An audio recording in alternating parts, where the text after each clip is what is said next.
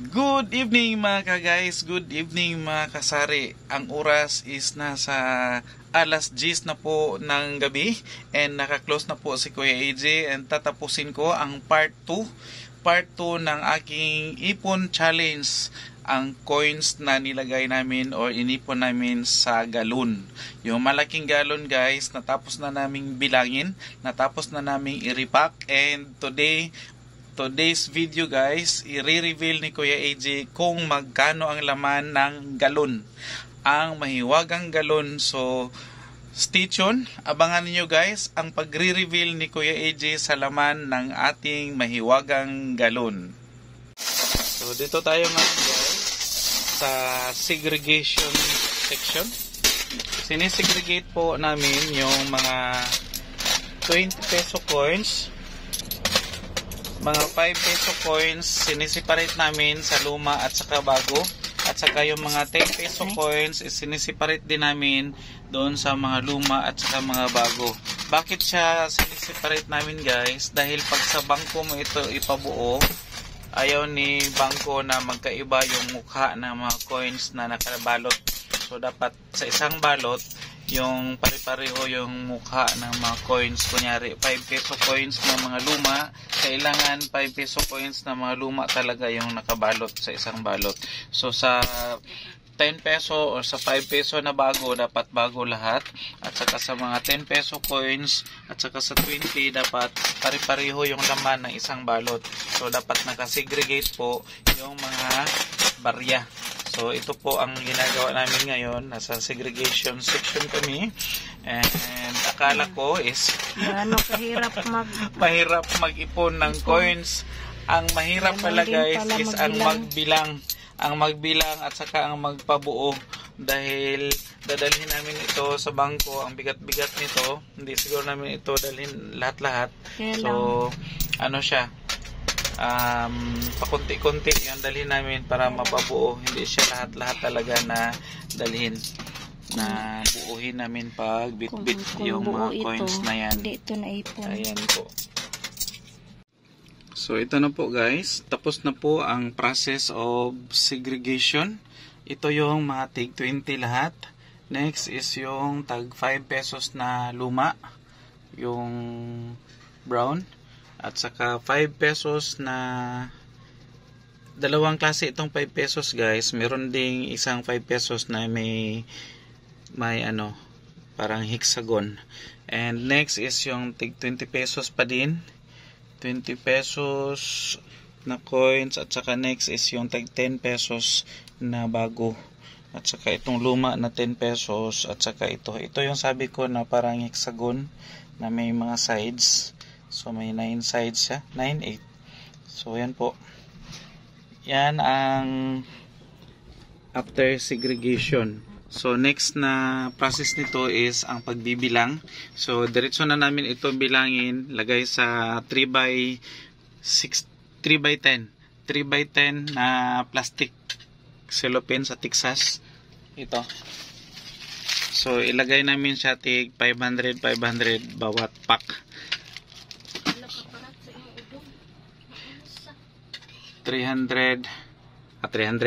500 pesos per pack ng 3 by 10 na plastic cellophane. So yan po ang ano. Ang next nito is ang pagbibilang. So magbibilang na tayo guys kung magkano abutin nitong ating mga coins.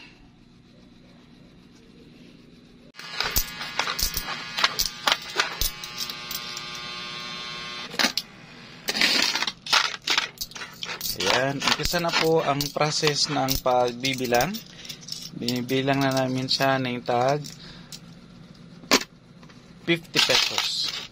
50 pesos ang tag 5 pesos. 50 pesos per pile. Ayan.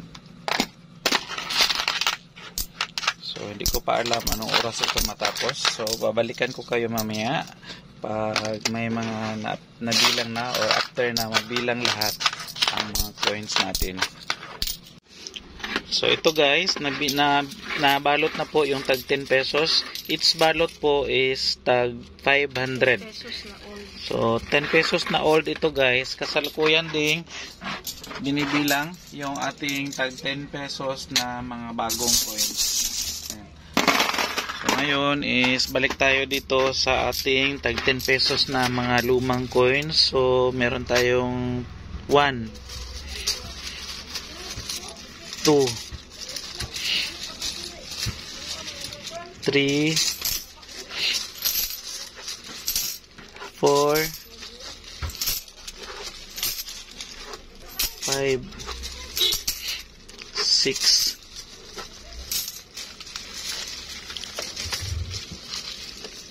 7, 8, 9, 10, 11, 12, 13, 14,000 ang lumang mga 10 pesos na coins, at saka itong 5 pesos na mga giring-giring or garang-garang na hexagon yun, 9 sides, hexagon, octagon ang 8. So meron siyang 1.5 po, exact 1.5 talaga yung bilang or na ano. Tapos ang 5 peso na hexagon, tapos ang 10 pesos may natirang butal. Ayan, ang 10 pesos na mga luma. Ayan, so nakabilang na tayo ng so far meron na tayong 15,500 sa mga nabilang na. Segregated at saka nabilang na po ang mga coins natin guys. Andyan yung mga tag 20, tag 10, tag 5, tag 5, tag 10 at saka tag 5, mga luma at saka bago guys. Ito dito mga luma yan, 10 at saka 5, dito 5 at saka 10 na mga bago, at saka yung 20 peso coins, at saka meron siyang butal. May butal siya guys, ayan ang mga butal. And inumpisahan namin itong buksan kanina 9 o'clock at natapos siya 9 din? 9 o'clock ng umaga, natapos siya guys 9:20 ng gabi. So inabot siya ng 12 hours. And dahil nabilang na po ang mga coins natin, i-reveal na ni Kuya AJ kung magkano lahat ang laman ng ating mahiwagang galon. Ito po yung breakdown natin. Sinulat na guys para klaro at saka ma-explain ko. Yung 20 pesos na mga coins is umabot po ng 39 packs. Tig 1,000 per pack, so 39,000. And yung 10 pesos na old coins, 28 packs, tig 500 per pack, 14,000. Ang 10 peso new coins is 15 and a half packs, tig 1,000, so 15,500. At saka yung ating 5 pesos na new coin is 26 packs, tig 500, inabot ng 13,000. At saka yung ating 5 peso na old coins is 21 packs, tig 500 per pack, is inabot ng 10,500. Ang 5 pesos na bago, yung hexagon is 3 packs, tag 500, so 1.5. And may butal na 255, yung pinakita ko na na butal na hindi nakabalot. So lahat-lahat guys is inabot ng 93,755. Yan po ang inabot ng isang galong coins natin. Ang estimate ko guys is nasa 70,000 lang. At saka kay Mami Iya is nasa 50 to 60,000 lang daw. Pero inabot siya ng 93,755. How much more guys kung ang pinasok namin na mga or inlagay namin na mga barya is 20 pesos at saka 10 pesos lang talaga. So walang 5 pesos. Siguro abutin siya ng 100 plus mahigit. 100 mahigit. At saka hindi pa siya mabuksan dahil matagal po siya mapuno dahil hindi po gaanong karamihan yung coins na 10 pesos at saka 20 pesos. So karamihan guys na nakikita nyo is mga 5 peso po na mga coins ang karamihan. Ayan, so hindi po siya mabubuksan agad-agad na ano lang, na ilang buwan lang. So nag-start kami ng March, binuksan namin ng November katapusan. So ayan po guys, 8 months po, sabi ni Mami Iya, from March. So after nito guys, start na naman kami, pagpasok ng bagong taon, panibagong ipon na naman. So sisikapin namin na tig 20 at saka tig 10 pesos lang ang ilagay namin para po medyo malaki-laki yung haharvestin natin.